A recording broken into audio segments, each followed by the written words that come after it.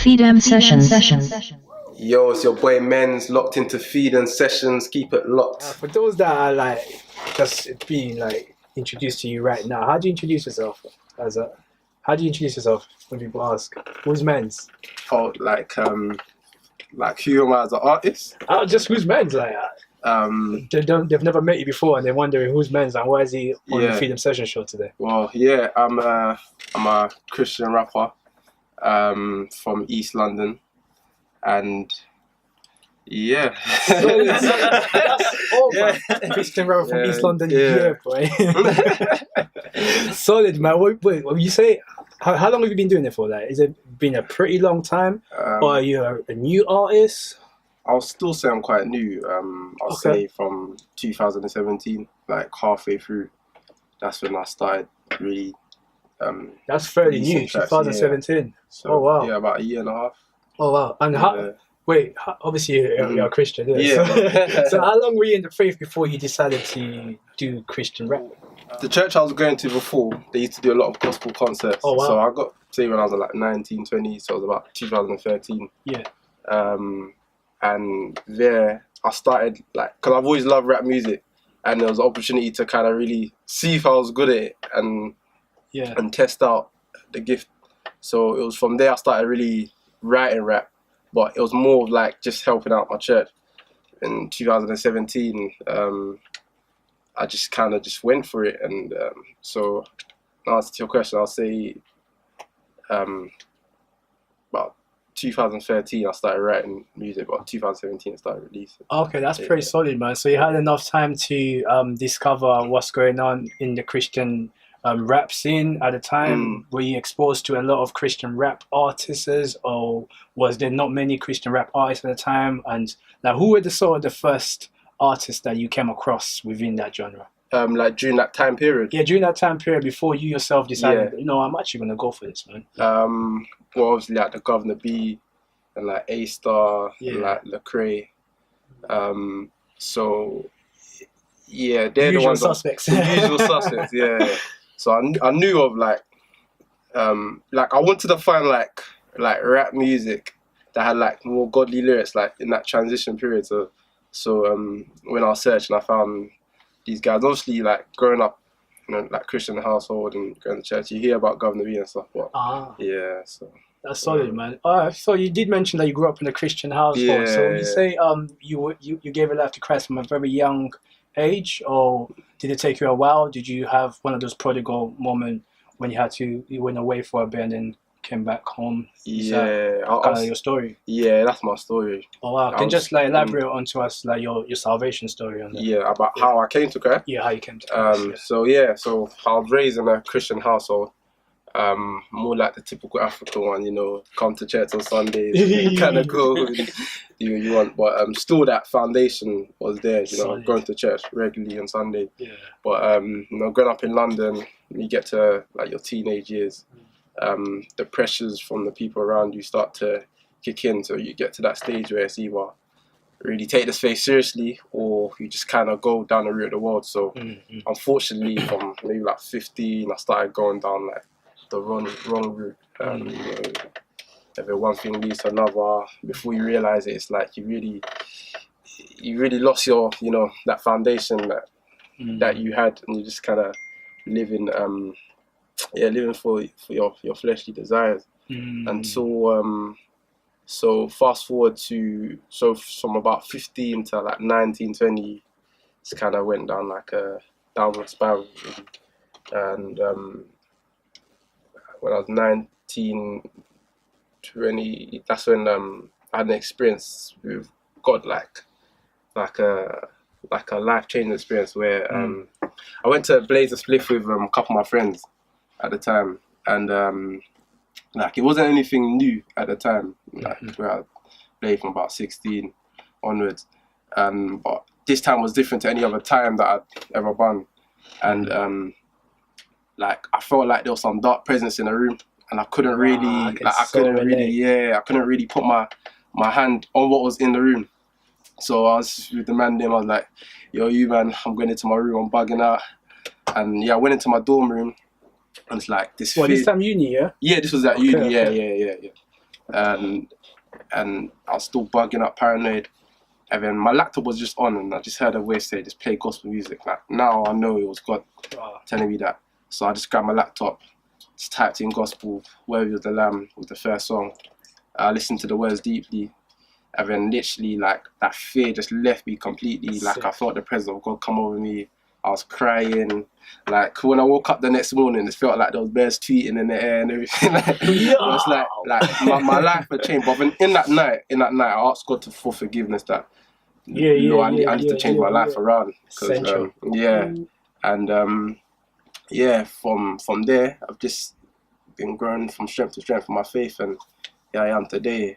That is sick, man. Like, definitely. Even just the fact that you highlighted the power that came from gospel music. Some people don't take it seriously these days. It's just gospel music sounds like anything now. Like, but the fact that you just said what you said, it just kind of highlights that there's actually power in this music thing that we are doing, man. Yeah.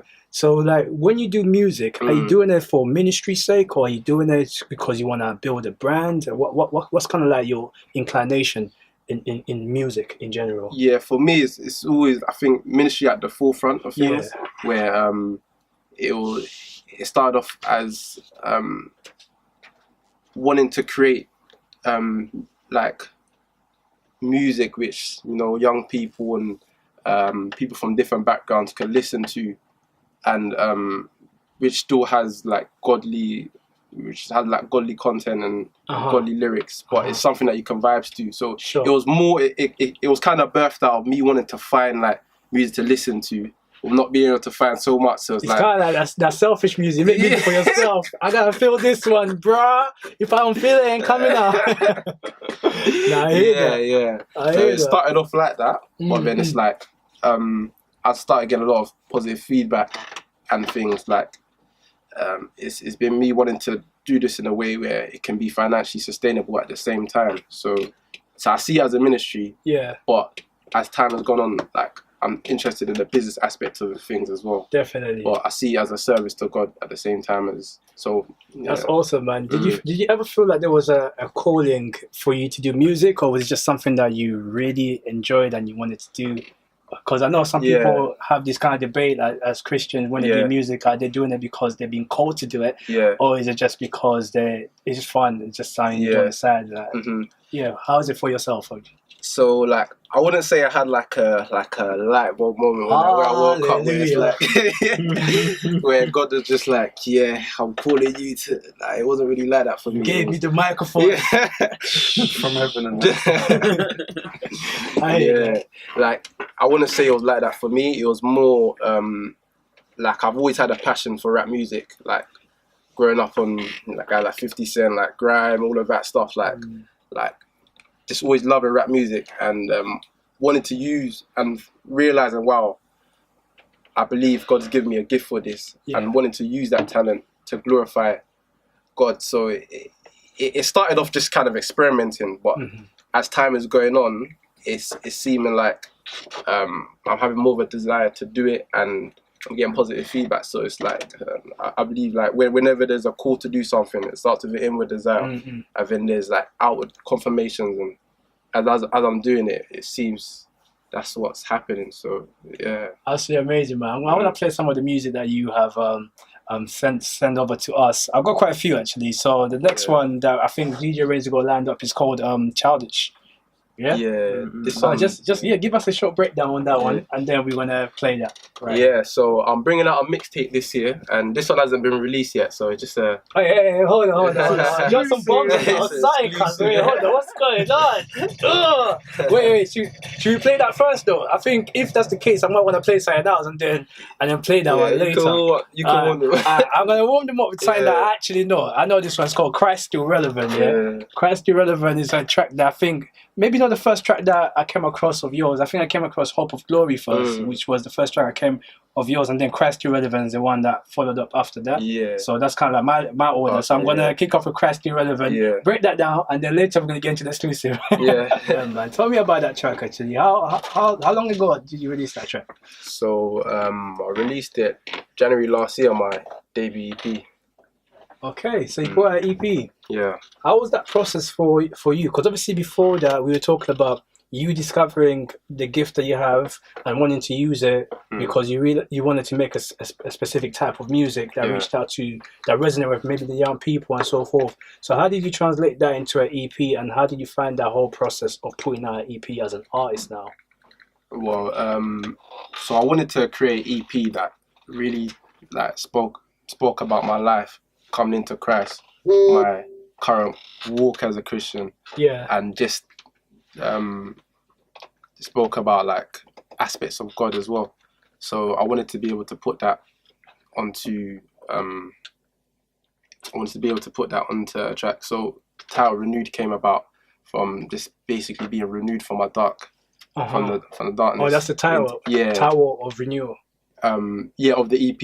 Okay. Yeah, it's called Renewed. Oh, Renewed. Yeah, okay, Renewed. Cool, yeah. cool. So it's like my journey from the dark side into light, and just different tracks. Christ Still Relevant came about just basically wanted to make a vibey track about how Christ is still relevant. Sick. Yeah, no, it's definitely got a cool vibe to it, man. But right about now, though, I want to talk to Menz regarding his musical journey and how he went from, releasing his first debut EP to now working on a second EP.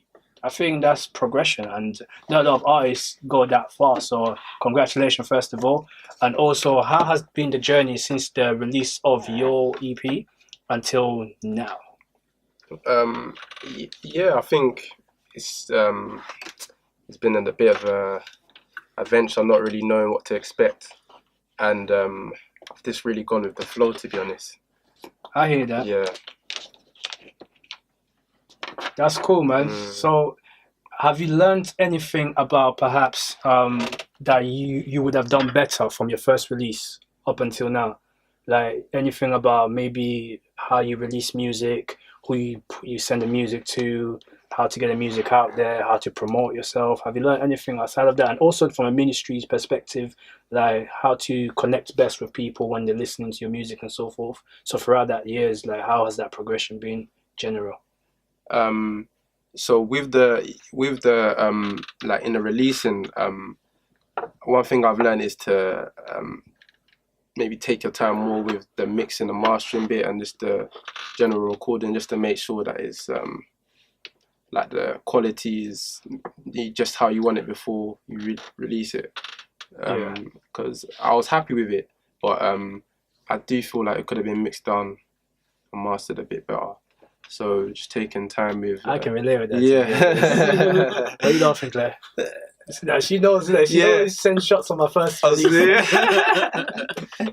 But yeah, I get it, fam. Definitely. Yeah. That's solid, man. So right by now, we're about to play a track called Childish, and you said it's an exclusive, and it's from your next EP. Yeah, mixtape. Tell us a bit. Oh, your mixtape. Yeah. Okay, so tell us about the mixtape, how it came about, and the concept behind it. What is the overall message you're trying to convey with this one? Yeah. So this one's called Childish Things Aside, and it's just basically about growing in my faith and leaving things that are stopping me from growing.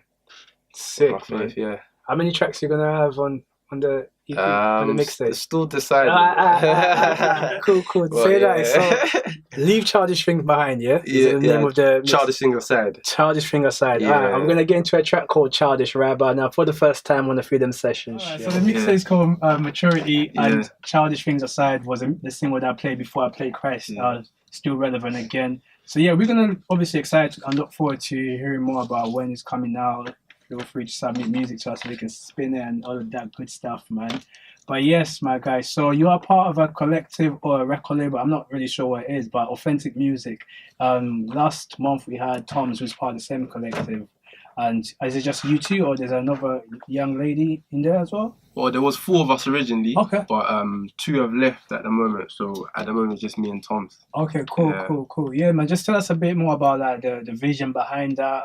What is it that you guys trying to do with Authentic Music maybe this year? So it's just like a music collective that we're individual artists, but we wanted to form a collective to help work together to help each other get our music out at a quicker rate than if we were individual artists.